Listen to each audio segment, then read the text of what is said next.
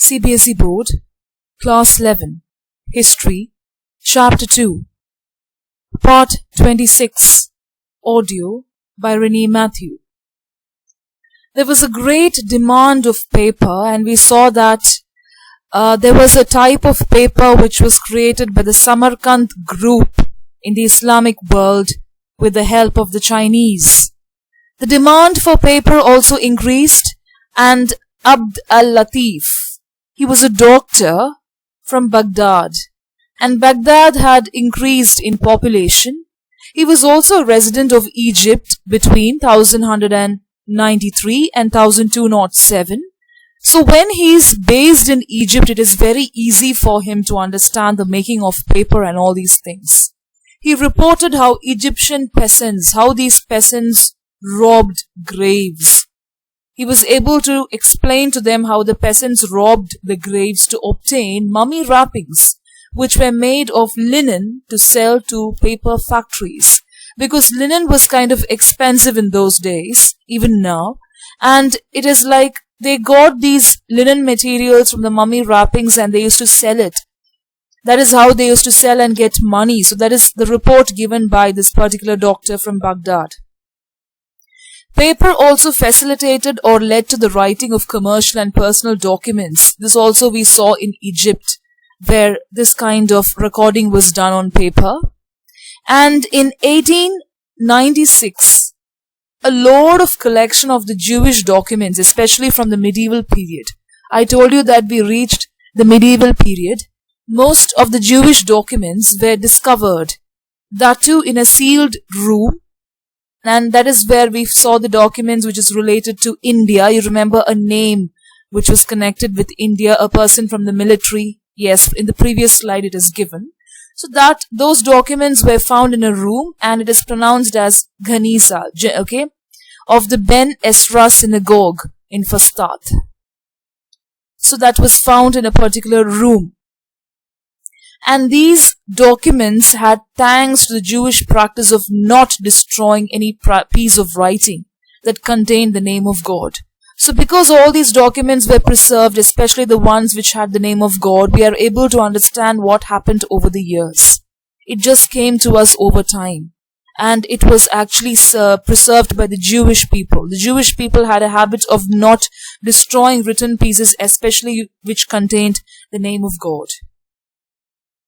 Now what about the Ghaniza? It was found to contain over 250,000 manuscripts. A lot of manuscripts were there, and a lot of fragments were also there, which dated back to 8th century. They were able to understand the proceedings of merchants, the commerce, trade, how people communicated. And all of the material dated from 10th to the 13th centuries. Whatever transaction they had during this period, from 10th to the 13th century, was very clearly given in these documents. That is especially from the Fatimid, Ayyubid and early Mamluk periods.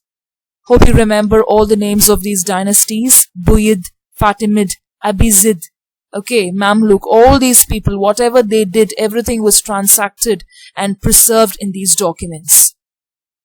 Now what did these include?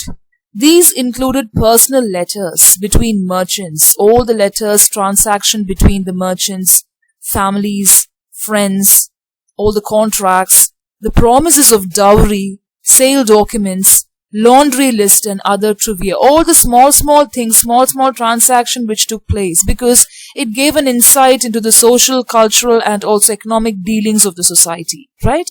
So all these small things were collected, and it gave a lot of insight into the society.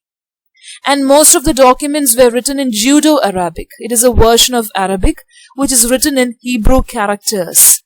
And it was usually used by the Jewish communities throughout the medieval Mediterranean. Judeo-Arabic. It is a combination of Arabic and it is written in Hebrew characters. Now the Ghaniza documents provided a great insight, as I told you just now, into the economic and personal experience, into the Mediterranean and Islamic culture, especially into these two cultures. It also suggested that the business skills and commercial techniques of merchants, especially of the medieval Islamic world, were more advanced than those of the European counterparts. They already had that organizational skill, and because of that, they were far more better than the transactions which took place in the European parts of the world. So they were learning from the Arabs because of the organization, because of the documentation that they did, and also the meticulous planning that they did in doing all these things. So it was more better than the European counterparts. So they had to learn a lot of these things from the Islamic world, and that is what the Europeans were looking forward to when they went and colonized many parts of Asia. Can you guess what these pictures are? It is the Ganizits, that is the kind of documents that they got from the different archaeological sites, the Ganisa. Okay, the pictures are given here. And Gotin wrote a multi-volume history of the Mediterranean from Ganisa records. A person, he wrote a multi-volume history. A great sequence of chronological events in history was written by this particular person. And Amitav Ghosh is a great author, and he was inspired by the Ganisa letter to tell the story of an Indian slave in his book. So that is how he wrote, got inspired by the Ganisa letter. He took these records and used it in his Indian book. And that is, the book is in an antique land. The resource is taken from this particular document in an antique land. Towards the eastern end, we saw about the caravans and how the trade flourished in all these places. Towards the eastern end, caravans of Iranian merchants set out from Baghdad. And you should understand that Baghdad was a happening place along the Silk Route to China, and that too they went through the oasis cities of Bukhara and Samarkand. So this is a route which they used in those days, especially for having the caravans, the Iranian caravans. And Samarkand, it is the present Transoxiana, to bring Central Asian and Chinese goods, including paper. So this is after the development of the paper from the Chinese. So you must be thinking, we have learned so many trade routes. Those were for different purpose. We saw spices, textiles, all these things were transported from India, China, Central Asia. So that was a different purpose. Here the purpose is different. Here it is Iranian merchants traveling across this particular site, and they carried Chinese goods, and that too after the evolution of paper. Now what about Transoxiana? This place is located here in the map. I've put a map here, and you can see that it is to the north of Afghanistan. Okay, over here. And this particular place formed an important link in the commercial network which extended north of Russia and Scandinavia for the exchange of European goods. So they did not do away with the European goods. They were more fascinated because people always wanted luxury. So they had a touch or connection with Russian and Scandinavian parts of the world, especially for European goods like fur and Slavic captives, hence the word slave. So Slavic captives were also included into this trade network which happened over this particular route. Okay, and that is how we got the word slave, because they were captives in the Slavic areas in Russia. Alright, so once again, Transoxiana was an important link of commercial network. How? Because it connected the Islamic world with the Russian and Scandinavian parts of the world, especially for European goods, for fur and Slavic captives, because they used to sell the slaves just like goods. Slaves were also transported from one part of the place to the other part. Alright, so that is why they had a great connection, and they needed people to actually work in the field. Now, the Islamic coins used for the payment of these goods were found in hoards, and those were discovered along the Volga River and in the Baltic region. So all the coins that was actually formed or made by the government in those days, which led to the Great Revolution, especially the economic revolution, was found in the regions of Baltic and also along the coast of Volga River. Now, I told you about the slaves that were transported. So, both male and female Turkish slaves, they were known as gulam, were purchased just like goods. And don't think that they were purchased in good conditions. Very similar to the African captives. They were held in bondage.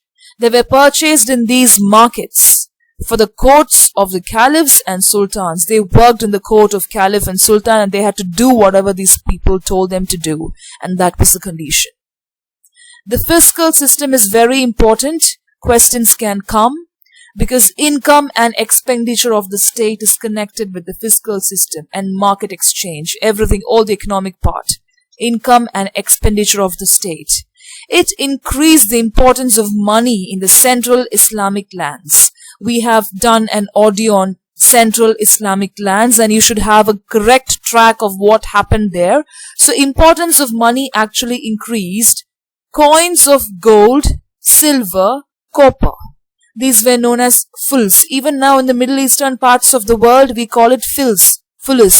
Okay? So coins of gold, silver and copper were minted and circulated, often in bags sealed by money changers to pay for goods and services. So everything was contained and transported in bags, and that was actually sealed by the money changers, and it was actually circulated.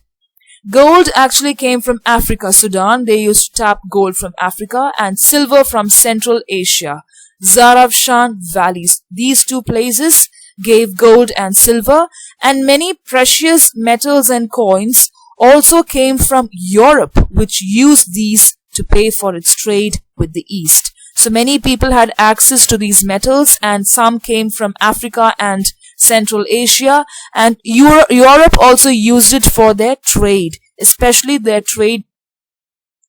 So all these places were great in riches, especially in metals, and metals played a very important role in the economic factors of the Islamic world. Now we need to see how much of growth actually took place. Rising demand of money forced people to release their accumulated reserves. So people had to actually release their reserves and also the idle wealth which they had. So much of wealth was there in their possession which was not circulated. It was just idle. Idle means stagnant. It remained in one place without any circulation. So that was forced to be released. Credit was a combination of currencies to oil the wheels of commerce. So they had to rotate this idle wealth so that it became a part of the wheels of commerce, and there was a rising demand for money which forced people to go into circulation. Okay? Now the greatest contribution of the Muslim world to medieval economic life, this is a very important point, was the development of the greater, superior, complex methods of payment and business organization, because the rotation is taking place over here, circulation is taking place, so that led to the economic progress. Something which is very innovative, yes, which was taken by the Islamic world, and this greatest contribution of payment and business organization was from the Muslim world to the world. Okay? And letters of credit, the name is sak, origin of the word check.